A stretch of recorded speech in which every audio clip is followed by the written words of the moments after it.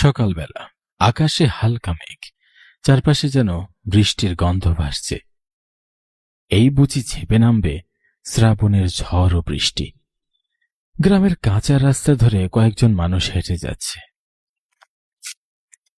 কেউ বাজারে, কেউ ক্ষেতের দিকে। চোখের সামনে এক টুকরো জীবন্ত গ্রাম বাংলা। রাস্তা এগিয়ে গেছে গ্রামের একেবারে শেষ মাথায়। সেখানে এক শান্ত নদী, নীরব, গভীর, বুক জুড়ে এক অদ্ভুত টান। নদীর ধারে রাখা আছে কয়েকটা নৌকা, খালি। বৃষ্টির শব্দে ঢেকে যাচ্ছে কথাবার্তা, আর একপাশে দাঁড়িয়ে আছে বিমল চাওয়ালা। বৃষ্টির ভিতর দোকানটা হয়ে উঠেছে এক গাঢ় আশ্রয়। কি গো অনিমেষ দা, কি বৃষ্টি নামলো, ছাড়ছেই না। তাই তো দেখছি রে, কিন্তু আজ যে বিকেলের আড্ডাটা বেশ জমেছে, কি বল? জমেছে তো বটেই, তবে গতকাল গ্রামে যেভাবে ডাকাতি হলো, এভাবে চলতে থাকলে তো পুরো গ্রাম নিঃস্ব হয়ে যাবে। কেন যে মোড়ল মশাই এটা নিয়ে কোনো ব্যবস্থা নিচ্ছেন না? আরে ওই মোড়ল বেটাকে চিনিসই তো, ও কখনো গ্রামের ভালো চেয়েছে? ঠিক বলেছো দাদা।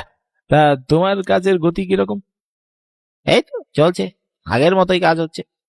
হ্যাঁ গো দাদা, আমার কাজের গতিও তেমন একটা নেই। ভাবছি শহরে যাব, কিন্তু বাসায় মা একা, আর গ্রামে যেভাবে ডাকাতের অত্যাচার বেড়েছে, তাই আর যেতে পারছি না গো দাদা। বিভাস চল।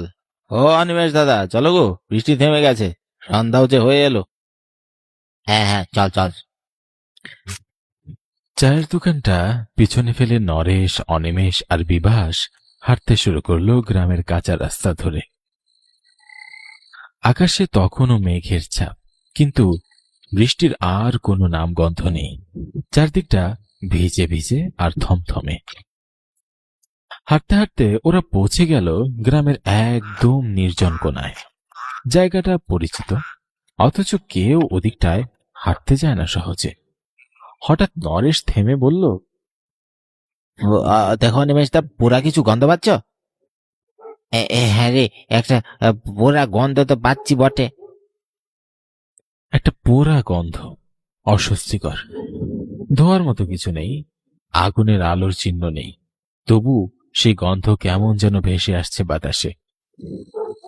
ওরা চারদিক দেখে, কিন্তু আশেপাশে কেউ নেই, না কোনো মানুষ, না কোনো জন্তু, শুধু বাতাসে একটা চাপা পুরন্ত গন্ধ। বুঝতে পারছি না গো, কি যে হচ্ছে। এই শ্মশানে তো অনেকদিন থেকে পরিত্যক্ত অবস্থা পড়ে আছে। হ্যাঁ রে, আশেপাশে তো কাউকেই দেখছি না রে। আমার খুব একটা সুবিধার মনে হচ্ছে না কিন্তু। একটা চুপচাপ বোঝাপড়ায় ওরা পিছনে হাঁটতে শুরু করলো, কোনো শব্দ না করেই। পরিত্যক্ত শ্মশানের রাস্তা নির্জন, নিস্তব্ধ আর অজানায় মোড়ানো। রাত তখন নীরব, চারপাশে থমথমে পরিবেশ। সেই অন্ধকারের সীমা পেরিয়ে ধীরে ধীরে এগিয়ে আসে তিনটি ছায়া মূর্তি। তাদের মুখ বাঁধা, চোখে চৌখস নিষ্ঠুরতা, হাতে এক বাঁশের লাঠি। তারা কেউ কোনো কথা বলছে না, শুধু গাছের ফাঁক গলে আলো আধারিতে ফুটে উঠেছে তাদের ছায়া। তিনজন ডাকাত পুকুর পাড়ে হেঁটে যেতেই হঠাৎ দেখা গেল দূর থেকে এক লোক ধীরে ধীরে এগিয়ে আসছে। লোকটা একেবারেই তাদের মতো মুখ বাঁধা, চোখে কোনো ভয়ের চিহ্নটুকু নেই, আর ডান হাতে ধরা একটা ব্যাগ, আর সেই ব্যাগ থেকে হালকা ঝনঝন শব্দ। তিন ডাকাতের চোখ লাল হয়ে ওঠে লোভে। এই থাম বলছি, তোর কাছে এত স্বর্ণ, দিয়ে যা, আমাদের দিয়ে যা বলছি। কি বলো তোমরা? তোমরা কি দেখতে পাচ্ছ না, আমিও তোমাদের মতোই একজন? আমি যদি সাধারণ কেউ হতাম, এত গভীর রাতে এত স্বর্ণ নিয়ে এই রাস্তা দিয়ে একা যেতাম? আমার কি প্রাণের ভয় নেই? কি কি বলছিস কি তুই এসব? আমি আর আমার ডাকাত দল মিলে পাশের গ্রামে গিয়েছিলাম, একটি বড় বাড়িতে। সেখানে অনেকগুলো স্বর্ণ গহনা আছে। ওখানে গিয়ে ডাকাতি করলাম, আমার সাথীগুলো ধরা পড়ে গেল।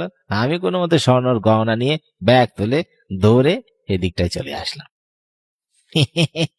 হ্যাঁ, এর শুনে আমাদের কোনো লাভ নেই। আমাদের দরকার এই ব্যাগ, দিয়ে দে বলছি। এটুকু স্বর্ণ নিয়ে তোদের হবে? আমার কাছে আরো বাড়ির খোঁজ আছে, সেখানে অনেক টাকা গহনা আছে। তোমরা আমাকে যদি দলে নাও, একসাথে ডাকাতি করবো, কি বলো? হে, অবশ্য তো প্রস্তাবটা মন্দ নয়। তোর কাছে এখন কোনো বাড়ির খোঁজ আছে সেখানে হানা দিয়ে ভালো কোনো আমদানি হবে নাকি? আছে বলেই তো আমি পালিয়ে এই মুকুঞ্জ গ্রামে এসেছি। তোমাদের গ্রামেই আছে একটা বাড়ি। এই গ্রামে ওই পরিত্যক্ত শ্মশানের রাস্তা দিয়ে যে প্রথম বাড়িটা আছে, সেখানে গেলেই টাকা টাকা। আচ্ছা, বেশ, তবে কাল রাতেই আমরা সে বাড়িতে ডাকাতি করবে। তুই তবে এখানেই থাকবি? হ্যাঁ, থাকবো, ঠিক রাত 2টায়। মোহন চুপচাপ দাঁড়িয়ে তাদের অপেক্ষায়। আকাশে মেঘ, পুকুরের জল ঠান্ডা হাওয়ায় কেঁপে উঠছে। হঠাৎ তারা 3জন এসে দাঁড়ালো। সব প্রসিদ্ধা? হ্যাঁ, সব রেডি, এবার যাওয়ার পালা। চল তবে। পুকুর পাড় থেকে হেঁটে 4জন গ্রামের রাস্তা ধরে এগিয়ে চলে। চারদিক নিঃশব্দ। হঠাৎ তাদের নাকে লাগে এক অদ্ভুত পোড়া গন্ধ। পুরনো আগুনের মতো ধোয়া, গভীর, ভারী, আর কেমন যেন গা ছমছমে। কি ব্যাপার, এ বৈদাক্ত শ্মশানঘাট থেকে পোড়া গন্ধ আসছে কেন? হ্যাঁ, আমিও তো পাচ্ছি। রাতের শ্মশানটা মনে হয় ভালো নয়। এই পথ দিয়ে সামনের বাড়িটা মোড়লের। আমরা ওই বাড়িতেই যাব। ওখানে আমার খোঁজ আছে। ওই বড় বাড়িতে অনেক টাকা। তা বেশ, কিন্তু মোরেলের বাড়িতে একটু সাবধানে যেতে হবে। শ্মশানের রাস্তা পেরিয়ে তারা পৌঁছে গেল মোরলের বাড়ির সামনে। রাত গভীর। মোরল মশাই, সময় হয়েছে। এবারে কি করছিস? ধরা টরা খাওয়াবি নাকি? ডাকাতের কথা শেষ হতে না হতেই মুহূর্তেই কিচকিচ করে দরজাটা খুলে যায়। দরজার ফাঁক দিয়ে বেরিয়ে আসে মোরল মশাই, চোখে মুখে সতর্কতার ছাপ। তার পিছনেই একে একে বেরিয়ে আসে নরেশ, অনিমেষ, বিভাস, চায়ের দোকানদার বিমল, আরো কয়েকজন গ্রামবাসী। মোরল বাদে সবার হাতেই লাঠি আর বাঁশের সোটা। তাদের মুখে তখনও কোনো কথা নেই। তারা সকলেই তৈরি, যেন কোনো ভয় নেই। আজ রাত্রে যা হবার হবে। আয়, তোদের অপেক্ষায় ছিলাম।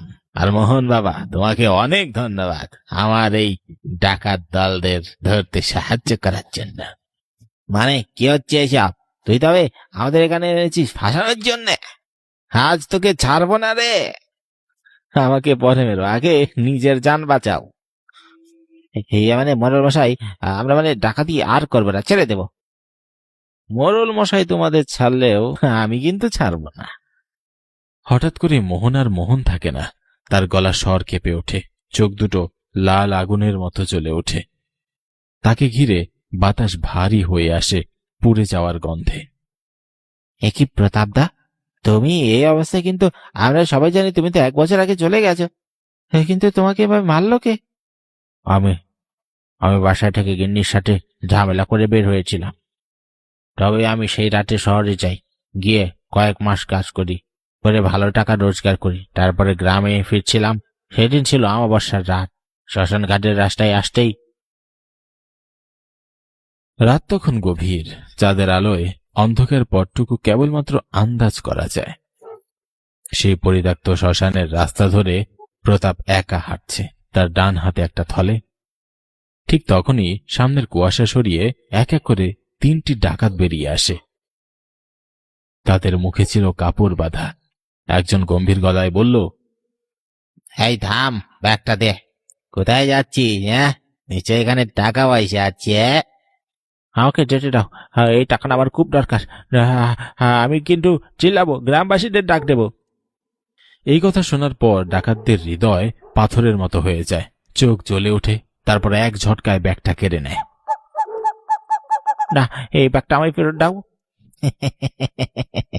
এর শরীরে আগুন জ্বালিয়ে দে। অবশেষে তারা আগুন ধরিয়ে দেয় প্রতাপের গায়ে। ধোয়ার গন্ধে ভরে ওঠে সেই শ্মশানের রাস্তা। রাতটি ছিল অমাবস্যার সেই রাত। প্রতাপ বলে, আমি আবার ফিরে আসবো, ছাড়বো না, ছাড়বো না কাউকে। প্রতাপের দেহ আগুনে ঝলসে যাচ্ছে। ডাকাতের দল নিষ্ঠুর হাসি হেসে শ্মশান ত্যাগ করে।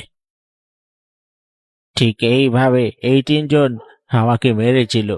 আমি চাইলে কাল রাতে ওদের শেষ করতে পারতাম, কিন্তু আমাকে হত্যা করা হয়েছিল আমাবস্যার রাতে। আমার প্রতিশোধ হবে আমাবস্যার রাতেই, না হলে আমার আত্মা মুক্তি পাবে না। আজ আমাবস্যা, সবাই জানুক কেন আমি মরেছিলাম। ওদের আমি নিয়ে এসেছি এখানে আপনাদের কাছে মোহনের রূপ ধরে। আপনাদের জানাতে চেয়েছিলাম ওরা আসছে, যাতে আপনারা প্রস্তুত থাকতে পারেন। কথা শেষ হতে না হতেই চারপাশে নেমে আসে এক অদ্ভুত নিস্তব্ধতা। কারও মুখে কোনো শব্দ নেই। আর সেই তিন ডাকাত, যাদের মুখে তখনও কাপড় বাঁধা, তারা যেন নিজেদের চোখকেও বিশ্বাস করতে পারছিল না। গলা শুকিয়ে কাঠ হয়ে যায় তাদের। এবার তাদের বিচার হবে। পৃথিবীর কেউ নয়, বরং প্রতাপের আত্মাই তাদের বিচার করবে। আমার ভুল হয়ে গেছে, আমাকে ক্ষমা করে দাও। হ্যাঁ মোড়ল সাহেব, আপনি আপনি আমাদের বাঁচান, বাঁচান। তোদের পাপের শাস্তি তো তোরা পাবি, এখানে আমার কিছু করার নেই।